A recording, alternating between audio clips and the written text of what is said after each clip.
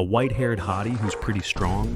Sadly, it's not our glorious blue-eyed king, Gojo, but someone with something even Gojo doesn't have. That's right, a harem of baddies. The manhwa is called The King is Back, and it's about an absolute menace to the world who gets reincarnated as a schoolboy with only one mission in mind: to recreate his harem once again. The story takes place in Pennsylvania on the 23rd of December, when a blonde man with a disastrous haircut buys some coffee for his co-worker. The co-worker asks how long they have to do this job, as it's already been 3 years. The blonde man calls it a skill issue, saying that he has been a part of the company for 8 years. He then remembers the time the company was formed 8 years ago, and all the employees were told to keep an eye on the guy on the boat, as it's an order from the White House. While he realizes that it will soon be his 69,000th hour with the company, his co-worker notices something odd and informs him that the boat seems to be going a bit fast. Suddenly, alarms start going off, which results in the blonde boy dropping the coffee he bought with his minimum wage. He then calls the higher-ups, letting them know that it's a red alert, which both the CIA and people at the White House panic. Later, on the British island, the blonde boy tells a white-haired fellow named Yama that he shouldn't have left the safety area.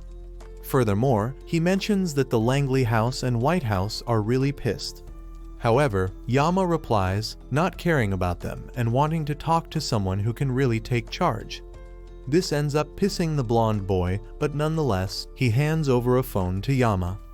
The person on the line seems to be the president, and after greeting him, Yama mentions that all he wants to do is smoke and trample over the earth. Additionally, he says that the CIA is always keeping an eye on his boat and also on his physical condition. Lastly, he wants to make one last deal, promising to cancel the detonation of 16 bombs that he stole if the president stops hunting down his team, allowing them to disappear. This seems to be Yama's final offer, and if the president refuses, he will make all the bombs go off. In other words, a local nuclear bomb explosion. After talking to the president for a little longer, Yama returns the phone, letting the blondie know that the president has accepted his offer. Furthermore, Yama comments on how he seems to have a grudge against him, to which the blondie replies that he has been watching him for 8 years along with 400 other elites, calling Yama a freaking Lucifer. Surprisingly, Yama doesn't seem to like his naming sense and lets him know that he prefers to be called Yama. After that, the blonde boy tells Yama that he can't get away now. However, Yama lets him know that he is diagnosed with cancer and is taking medication that tells him how long he has left. Apparently, he can only mess around for 5 or 4 more years. The blonde boy doesn't seem to care and tells his men to surround Yama while he lights another cigarette. Elsewhere, in London, another blondie seems pissed over not getting enough profits, only to get shot right in his head by a masterclass sniper. Not only masterclass, but also a complete baddie called Firefly.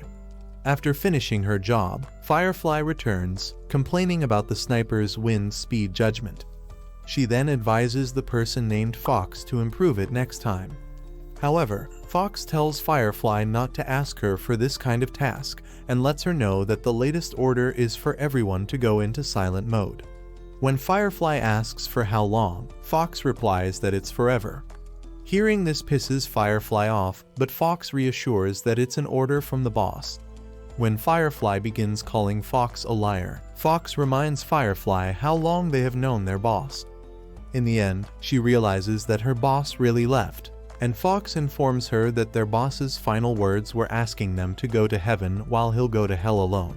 After she is done talking to Fox, Firefly gets out of the car with a gun in her hand and begins shooting aimlessly in the air. This causes a commotion, and everyone begins running away. Following that, Firefly mentions that she'd love to see it too and takes out a knife, stabbing herself and ultimately losing her life. In South America, a blonde hottie named Hummingbird gets off the phone and, after saying that she also wanted to go to hell, crashes the plane. Seeing everyone go offline one by one, Fox opens her drawer and takes out a gun. She then puts it on her head and pulls the trigger. Sometime later, Yama opens his eyes and finds himself in a classroom where the teacher, calling him Chen Nuo, asks him to solve an equation. This makes Chen Nuo realize that he went 21 years ago. While all his classmates begin looking at him, Chen Nuo thinks that even if it doesn't look like it, this place really is hell. Later that day, the students are playing basketball on the court while the hotties are busy cheering them on. At the same time, Chen Nuo is standing in the hallway because he couldn't solve the problem. He then notices the students and can't believe this is happening to him, which makes Chen Nuo wonder if this is a punishment or a reward. Just then, he hears someone shouting about a woman falling from the building and sees a girl about to fall near him. Just in time, Chen Nuo manages to dash towards the girl and tries his best to catch her, which results in both of them crashing and him ultimately saving the girl named Sun Mei.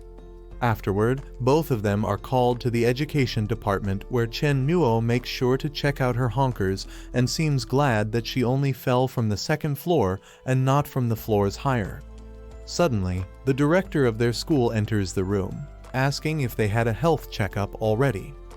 Chen Nuo replies that he just happened to be standing nearby and managed to save Sun Mei. The director then questions how Sun Mei fell in the first place, to which she replies that she was holding the railing and accidentally fell down, later reassuring the director, her dad, that she didn't mean to jump off the building.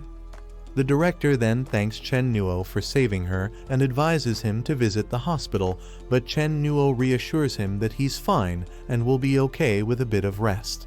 But before he leaves the room, an idea pops up in Chen Nuo's mind, and he lets the director know that he has a small favor to ask. That favor turns out to be him asking the director for 50 yuan as he's too dizzy to ride his bike. After school, Chen Nuo returns to his apartment building, noticing that it seems pretty old. After entering his room, he sees his childhood picture with a hag and begins going through his stuff. After finding a bunch of documents, he realizes that his reincarnated self is an ordinary high school student whose father went to buy some milk but never returned.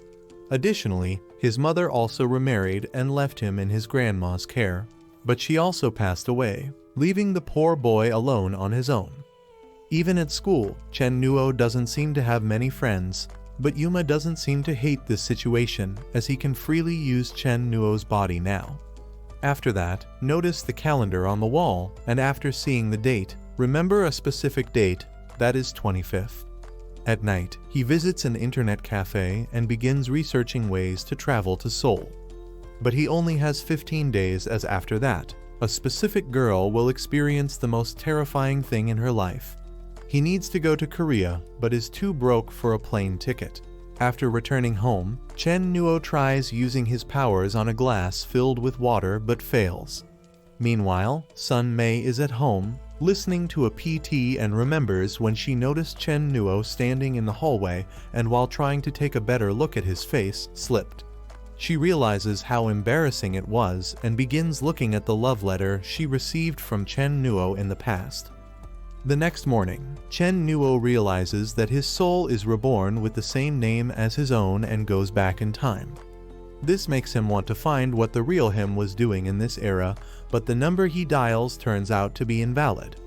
After that, he visits the place he used to live in as a kid only to find an anime body pillow collector living there. This makes Chen Nuo even more worried as his number is not working, and there are people he doesn't know living in his house. But at the same time, the counter downstairs hasn't changed, and even the fatty who used to bully him in the past is still present. Chen Nuo eventually realizes that nothing has changed and only his past self seems to have disappeared.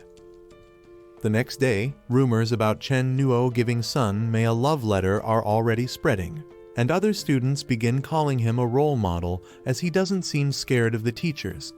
Meanwhile, Sun Mei arrives in the class where Chen Nuo is currently present.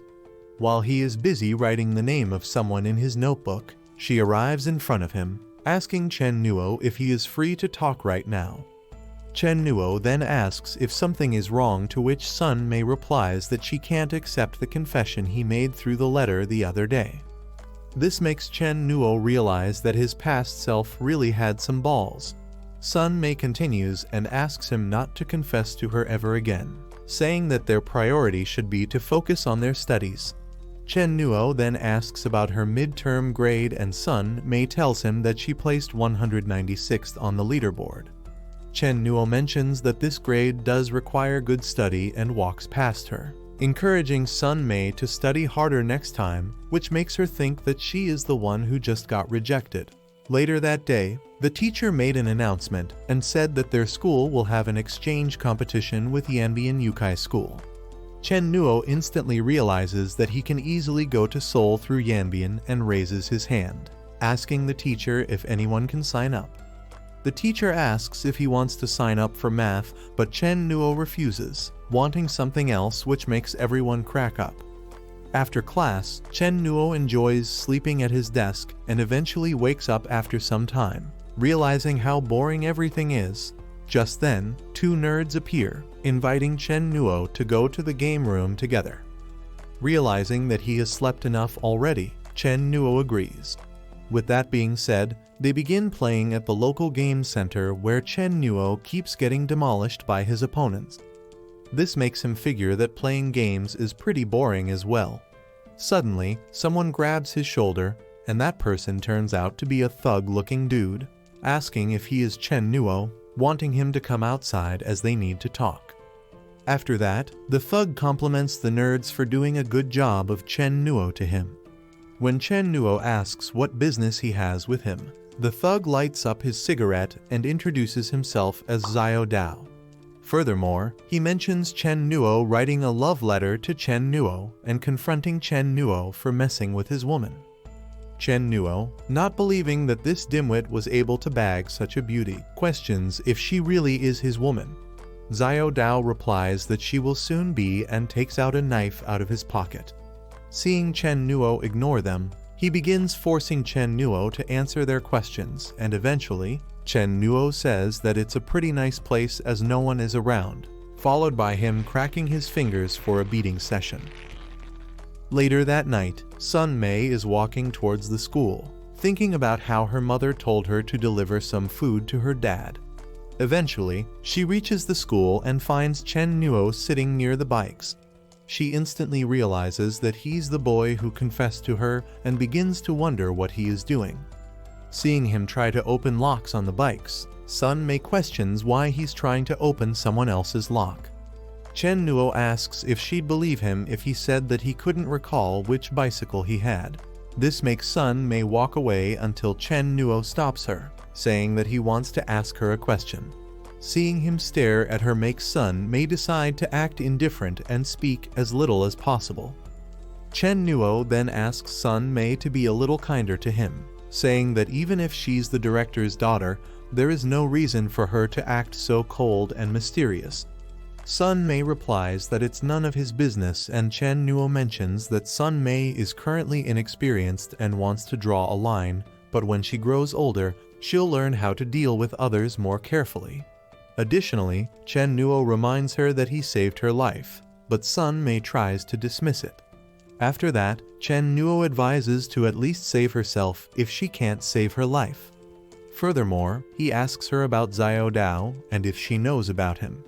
Sun Mei replies, saying that he has twice stopped in front of the school, but luckily, her pops chased them away. Chen Nuo then reassures her that he won't be coming back for a long time, saying that he will at least experience pain for 100 days. Elsewhere, at the hospital, Xiao Dao sneezes, wondering if he has caught a fever as well after being beaten up so badly.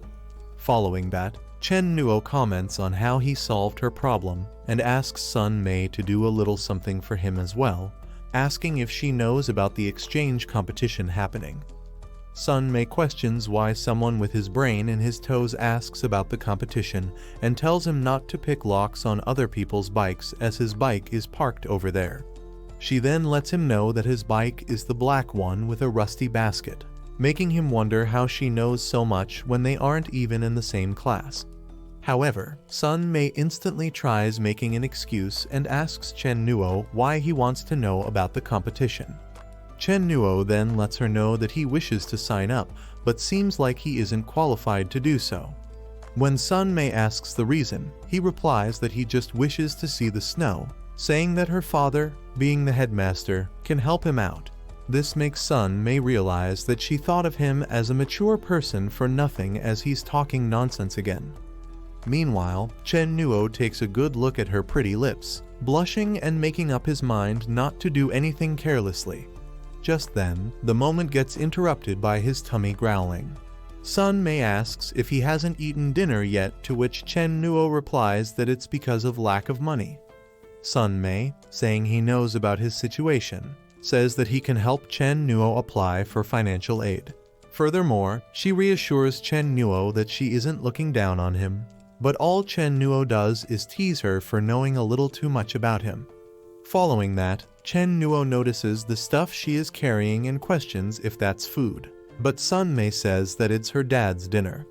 Later, Chen Nuo is riding his bike home, eating the drumstick he stole from Sun Mei, thinking how good it tastes while the director questions why there is only one chicken leg present.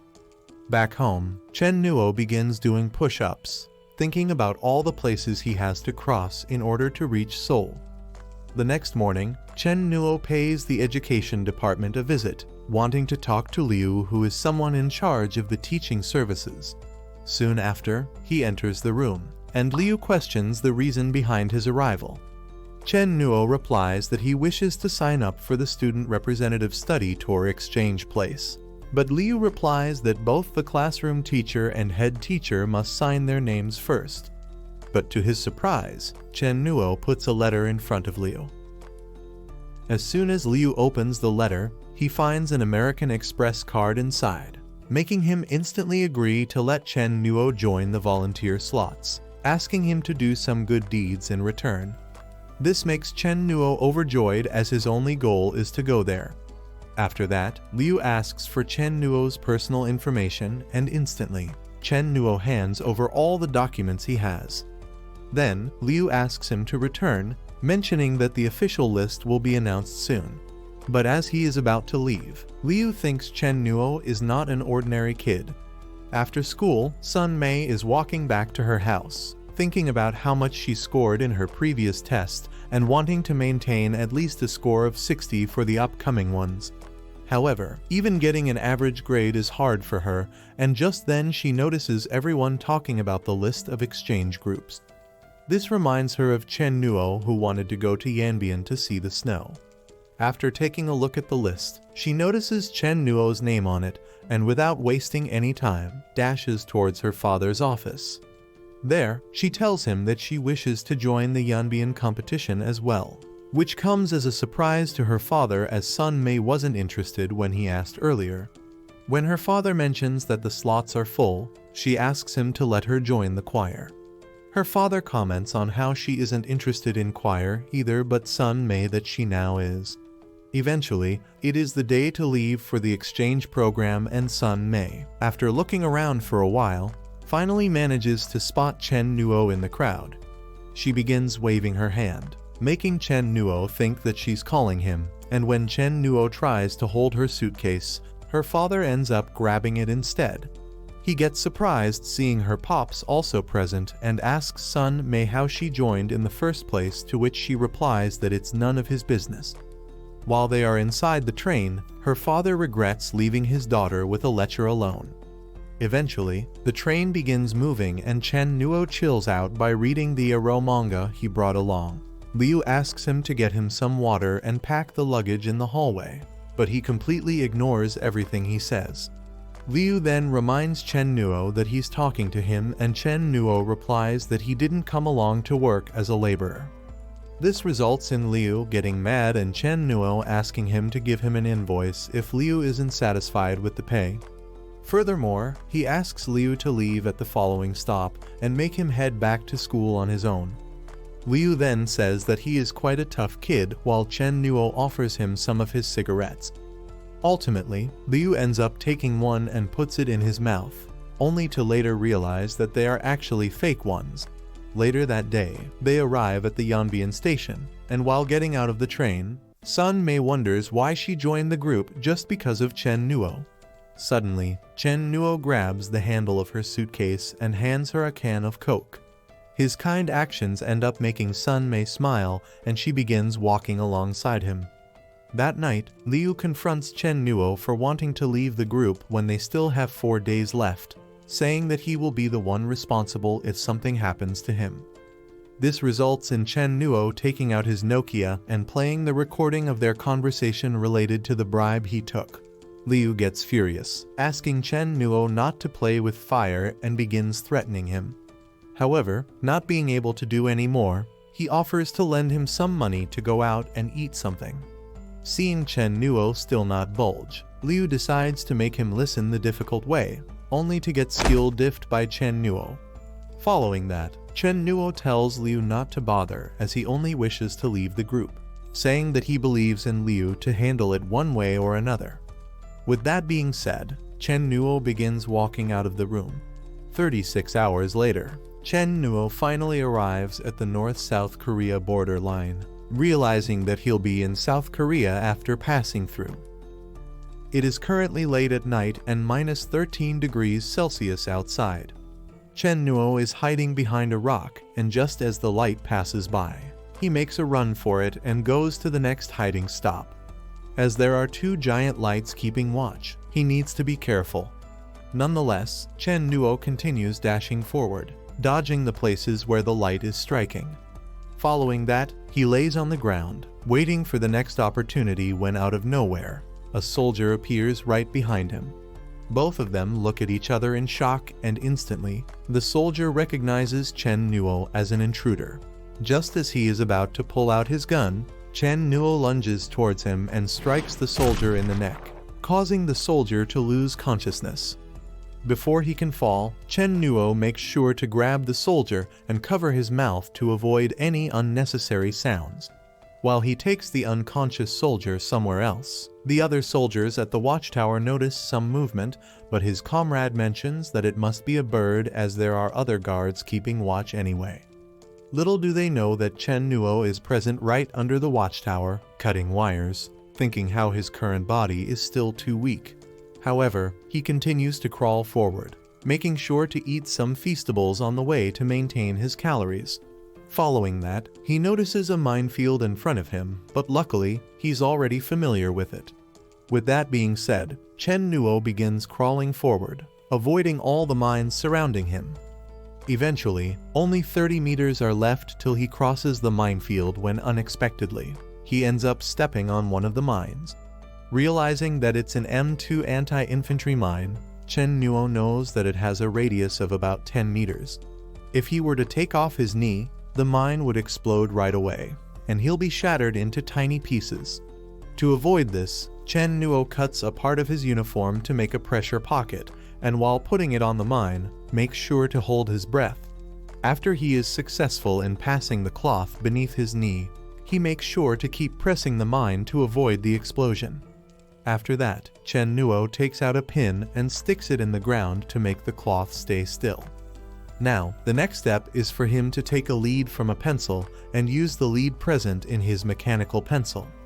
During this time, Chen Nuo makes sure to stay as calm as possible and tries not to lose his focus. Following that, he manages to align the pencil lead with the mine and puts it into the safety pin to keep it from going off. While on the other hand, the choir group is performing on the stage and Sun Mei, present there as well, begins thinking about Chen Nuo. She then takes a look at the spectators and realizes that she hasn't seen Chen Nuo for 2 days. At the same time, Chen Nuo succeeds in putting the pencil lead inside the mine and figures that it should be enough. As he has replaced the pencil lead with the safety pin and even made sure to create a pressure pocket, Chen Nuo knows that it's double security and asks God not to play with him anymore. Furthermore, he questions if he's not going to die after being sent to this era and instantly gets off the mine. After landing on the ground, Chen Nuo notices that the mine hasn't gone off and realizes that he was successful in keeping it from exploding. Thinking that there must be M2 mines put along the southern border, Chen Nuo begins running, deciding to make a note of this newfound information. Just then, he notices a trench and doesn't waste any time jumping in. But just as he thinks that he's safe, two other soldiers jump inside the trench as well. All three of them take a moment to stare at each other, and one of the soldiers begins dashing towards Chen Nuo.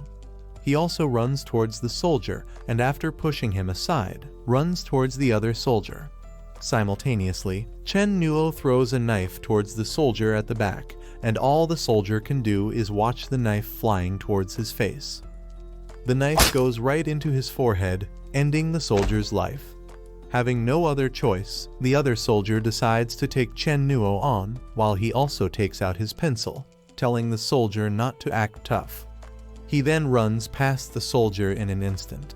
Soon after, blood started coming out of the soldier's mouth as Chen Nuo managed to stick his pencil in the soldier's throat. After advising the soldier not to ever act too arrogant, he steals their clothes as it will allow him to get past the other soldiers with ease. It's now January 6th and Chen Nuo has already made his way into the main city. Additionally, he made sure to highlight his hair and wear a one-piece hoodie to appear a bit different. Following that, he stops a taxi and after sitting inside, begins thinking of the time in his last life when he was given a job of assassinating a businessman with a reward of $50 million. With that being said, he paid the businessman's house a visit that was swarming with security. After dealing with the guards present outside the main bedroom, he opened the door, only to find a goth girl with enormous milkers pointing a gun at the business. Chen Nuo couldn't believe what he was seeing, and the girl named Lai Yingwen told him that he was already too late. Just as he ran towards Lai Yingwen to stop her, she pulled the trigger and ended his target's life. Hearing the gunfire, the other guards realized that their boss was in danger, while at the same time, Chen Nuo ran out of the room, carrying Lai Yingwen with one hand and a gun in the other. Suddenly, he encountered a bunch of guards on his way out who surrounded him from all directions. Instantly, Chen Nuo began firing at them and managed to eliminate the ones in the front. The guards at the back started firing at Chen Nuo, but he skillfully dodged all their bullets and ended their life. Following that, Chen Nuo took Lai Yingwen to a house and threw her on the ground. He then told her that it's a safe house and that no one would be able to find this place. At that time, Lai Yingwen was a crazy person with severe mental paranoia and told Chen Nuo that he could do anything he wanted with her. While Chen Nuo remained silent, Lai Yingwen began reaching his hand towards him and making use of the perfect opportunity. Tried striking him down, but he easily managed to dodge and knock her out. Later that night, Lai Yingwen woke up and found herself hanging from the roof of the safe house, while Chen Nuo tried his best to impersonate a certain rich bald man. The next day, Chen Nuo untied her and questioned why she wished to die so badly. Lai Yingwen asked if he saved her because she is pretty or because he wanted to insert the rod. Chen Nuo replied that she looked like someone who is consumed by fear but still acts fearless. This made Lai Yingwen realize that he was the same guy who eliminated a bunch of guards while carrying her, and Chen Nuo agreed, saying that not many people can be his opponent. To his surprise, Lai Yingwen began begging him to eliminate a few people for her, saying that she would do anything to get her revenge. This is how Lai Yingwen received his training for 2 years and eventually managed to achieve her goal by shooting down the person she wanted to eliminate so badly. After that, Lai Yingwen couldn't control her tears and started crying, looking at the picture of her family while Chen Nuo held an umbrella above her. Some time later, she woke up and found Chen Nuo standing in front of her, mocking her for crying herself to sleep. Just when he started walking away, Lai Yingwen stopped him, saying that she might shoot herself if he's not present. After that, she decided to tell him her life story and began by saying that she was scolding her brother for rizzing up the baddies at school when some men entered their house and eliminated her father and brother in front of them. After that, they stabbed her mother to her demise and took advantage of her in front of the sunflower field. Luckily, they didn't eliminate her, which allowed Lai Yingwen to escape when the opportunity arrived. After escaping, she went to her father's friend who also took advantage of her and handed her back to those men. Eventually, she managed to get away again by poking his eye with a chopstick. Furthermore, Lai Yingwen said that she lived in hell from the time she was 16 to 22. Now, she has decided to only live for Chen Nuo and do whatever he wants as before meeting him. Her life was filled with darkness, and the only life she came across had been from Chen Nuo. But Chen Nuo replied that everything has light, and everyone shines on their own. Ultimately, he advised her to learn how to shine her own light, and named her Firefly. Back in the present, the taxi driver tells Chen Nuo that they have arrived at their destination. After getting out of the taxi, he notices 16-year-old Lai Yingwen coming out of her house.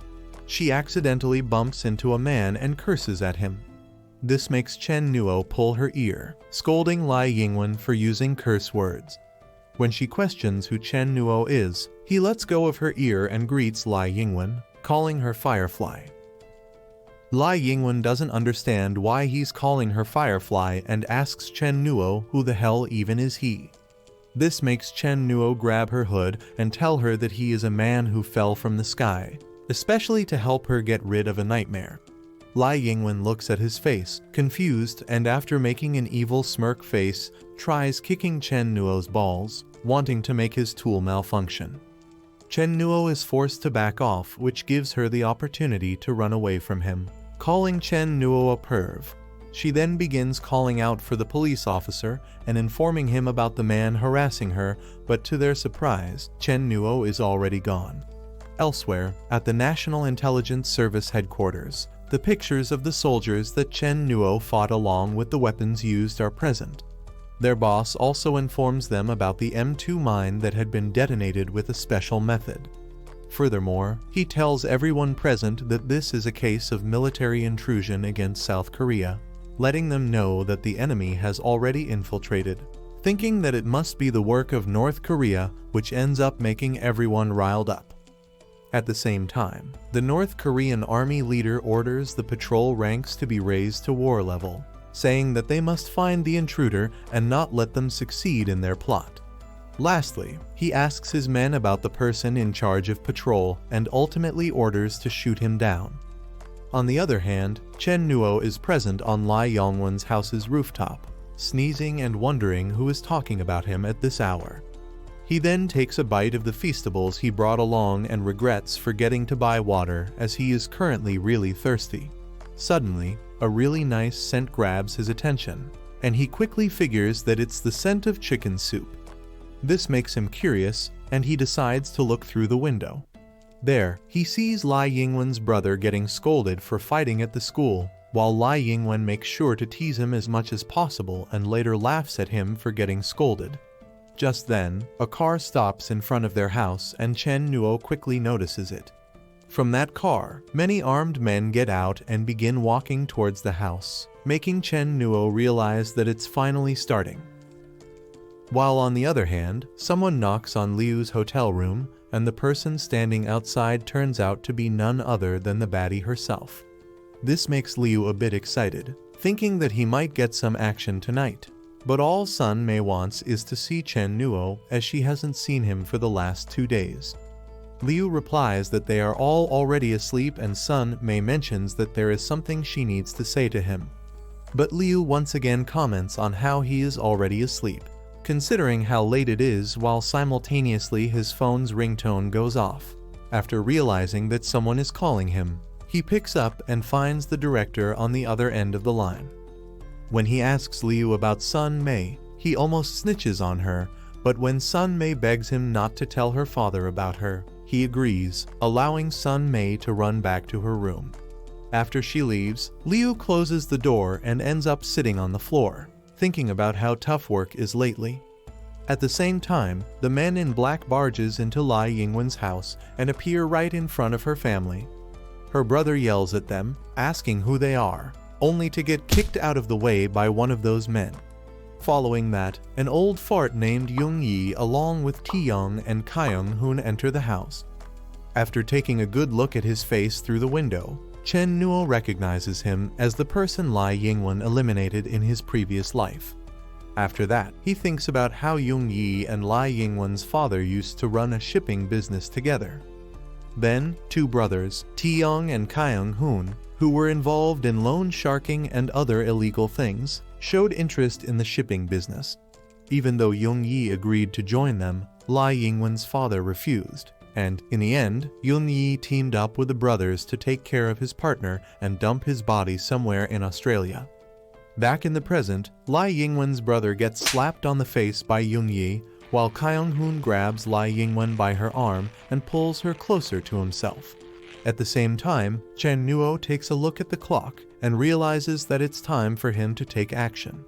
Kyung-hoon begins to wonder how the daughter of such a loaded man tastes when suddenly, alarms start going off, catching everyone's attention.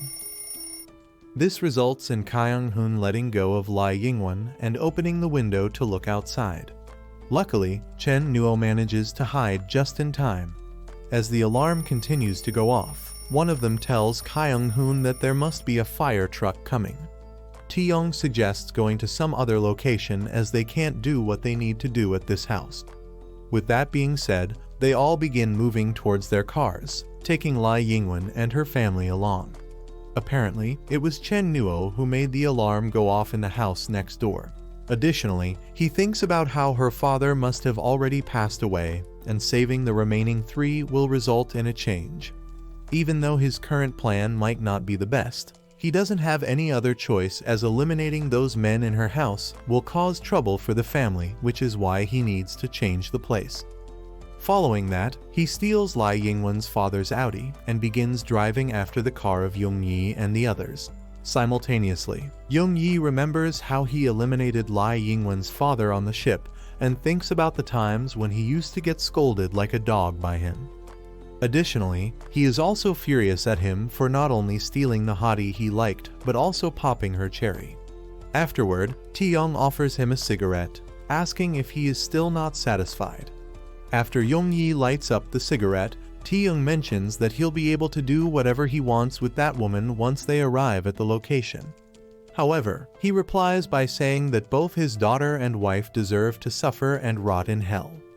Eventually, all the cars arrive at an abandoned factory in the south of Seoul. There, Lai Yongwen's mother begs Yong-yi to spare her family, reminding her of the decade-long friendship. But all he does is take out a whip, and even though Lai Yingwen's mother continues begging him to spare them, he hits her with the whip, causing her to bleed from her back. She then begins questioning what they have even done to him, and Lai Yingwen's brother, who has enough at this point, runs towards Yong-yi in anger and manages to grab him. However, Yong-yi hits him with a whip as well, sending him flying away. They all then begin kicking him while Lai Yingwen, with tears in her eyes, forces herself to wake up from this nightmare. Suddenly, the image of Chen Nuo enters her mind, and she remembers him introducing himself as the man who fell from the sky to help her.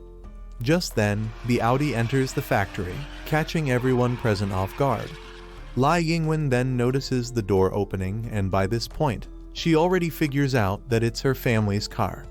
Following that, Chen Nuo steps out of the car and mentions that there is something wrong with the car, saying that the clutch seems loose and the acceleration is frustrating. While Sun Mei looks at him with eyes of hope, he once again greets her, calling her Firefly.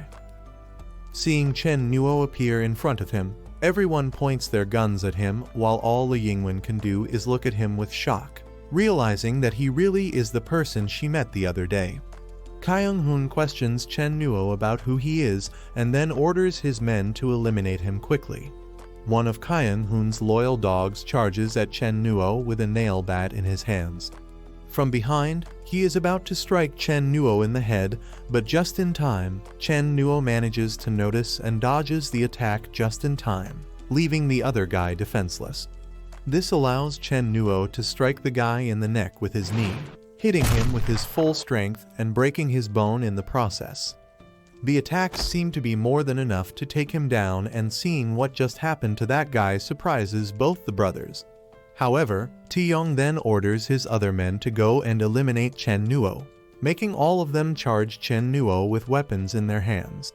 But as expected, Chen Nuo easily takes care of all of them by striking them with his bag.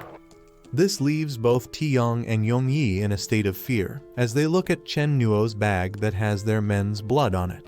Eventually, he leaves Taeyong speechless as Chen Nuo already manages to knock out each and every lackey they had hired. Having no other choice, Taeyong asks his brother, Kyung-hoon, to eliminate him, and Young-yi adds, saying that Chen Nuo can compete as Kyung-hoon was his unit's best soldier. After that, Kyung-hoon takes out a knife and gets ready to fight while Chen Nuo also throws away his bag. He then lets out a sigh, letting Kyung-hoon know that he is the second person in the world to show him a knife. But without wasting any time, Kyung-hoon charges Chen Nuo and tries slashing him with his knife, but Chen Nuo flawlessly dodges it. Kyung-hoon then follows by trying to land a kick, but Chen Nuo once again manages to get away in time, making Kyung-hoon kick his own car instead. Frustrated, Kyung-hoon continues to try and strike Chen Nuo down, but each and every time, Chen Nuo dodges his advances. Ultimately, Chen Nuo stops and lets Kyung-hoon know that it's now his time to learn. Seeing Chen Nuo try to pull something, Kyung-hoon instantly tries to stab Chen Nuo using his knife, but Chen Nuo strikes the hand with which he's holding the knife, causing Kyung-hoon to lose grip of it. Following that, he strikes Kyung-hoon's neck, leaving him unable to speak. Just then, a fountain of blood comes out of his neck as the thing Chen Nuo used turns out to be a razor blade. After that, Chen Nuo hits them with the cliché line, asking who's next.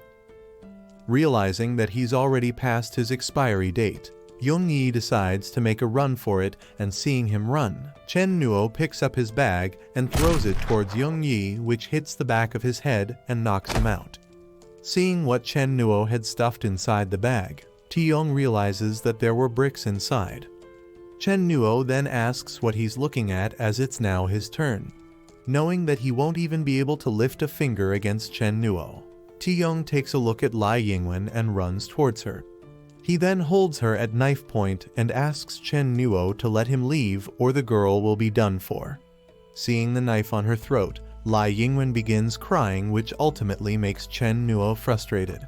He then asks Lai Yingwen if she's afraid, to which she agrees, with tears in her eyes.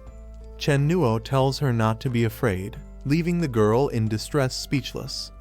Furthermore, Chen Nuo tells Taeyong that he wasn't planning on using this move, but will now try it on him. Then, he snaps his fingers and begins sweating due to the intense concentration.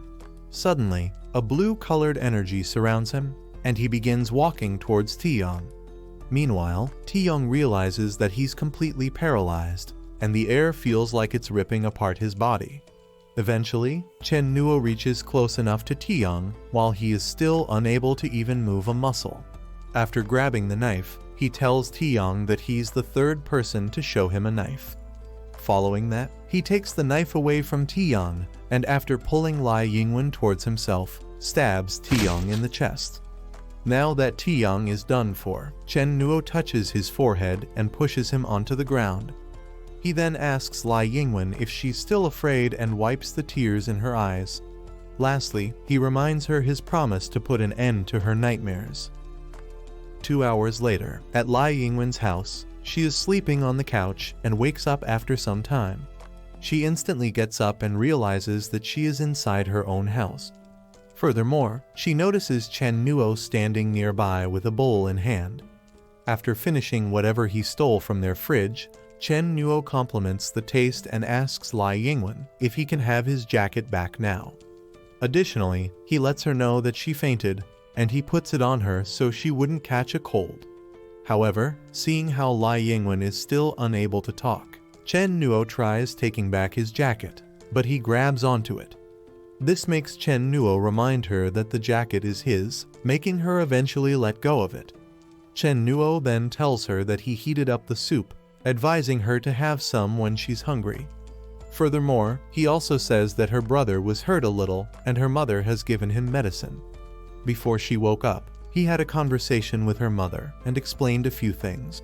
Before leaving, he advises her not to call the police and asks her mother for all the details. In the end, he isn't able to resist her face card and eventually ends up touching her face. Lai Yingwen then questions why he acts so tough when they both seem to be the same age. Chen Nuo replies, asking if she isn't scared after the incident and says that he could have managed it better if he had the time. Lai Yingwen tells him that she wouldn't be afraid if he tells her not to be, asking who he is and if he really came from heaven. Hearing what she just said ends up making Chen Nuo crack up, and he pats her head, advising her not to ask so many questions. Lastly, he tells Lai Yingwen that her mother is asleep while he tied up his brother because he was a pain in the butt. He also grabs her ear, telling Lai Yingwen not to get a tattoo, swear like an adult, or smoke. Surprisingly, she instantly agrees not to do any of these things in the future, but still wants Chen Nuo to at least tell her his name. He mentions that kids these days ask so many questions and get up to leave.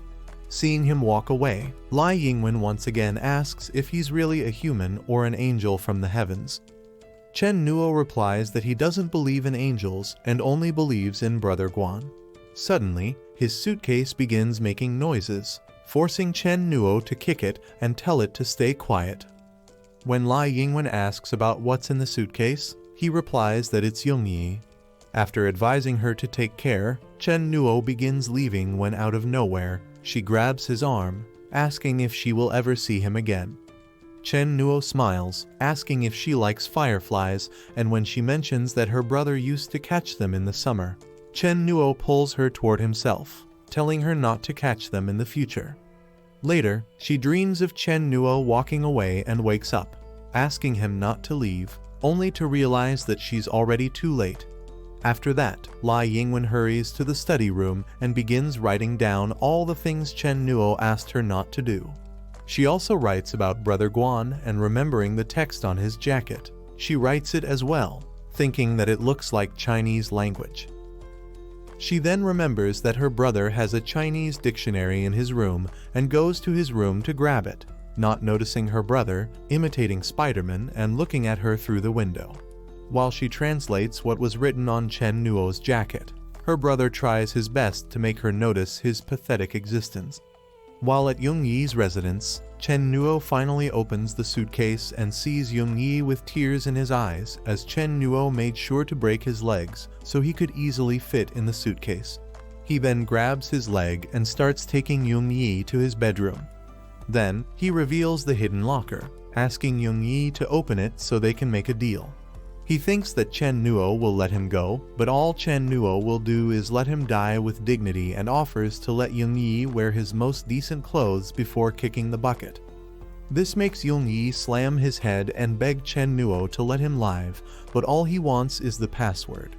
After opening the locker, Yongyi begins talking about the notebook, but Chen Nuo couldn't care less and throws it away as all he wants is to steal some money. Following that, Chen Nuo notices the photo of his boat on the wall and asks if it's his. Additionally, he inquires about the boat's speed and after finding out that it's fast, asks Yongyi to add it to the deal. When Yongyi questions if he'll let him go, Chen Nuo agrees, wanting him to take him to the boat. However, he ends up tying both Yongyi and another dude to a barrel and tells the Baldy that he is the one who assaulted Lai Yingwen in the past life when she asked for his help. The Baldy doesn't understand what he's talking about, and Chen Nuo kicks the barrel, telling him to ask the King of Hell when he meets him. After tossing them both in the ocean, Chen Nuo realizes that he himself is the so-called King of Hell. Suddenly, blood starts coming out of his nose and Chen Nuo figures that it's because he recklessly used his skill last night. Now that everything is taken care of, he begins vibing to some music, ultimately finishing his moves by flipping a middle finger to the sky. Do you think Chen Nuo will be able to save the other girls like he saved Firefly? Comment King if you'd like a part 2 of this series. As usual, thank you for tuning in and we'll catch you in the next one.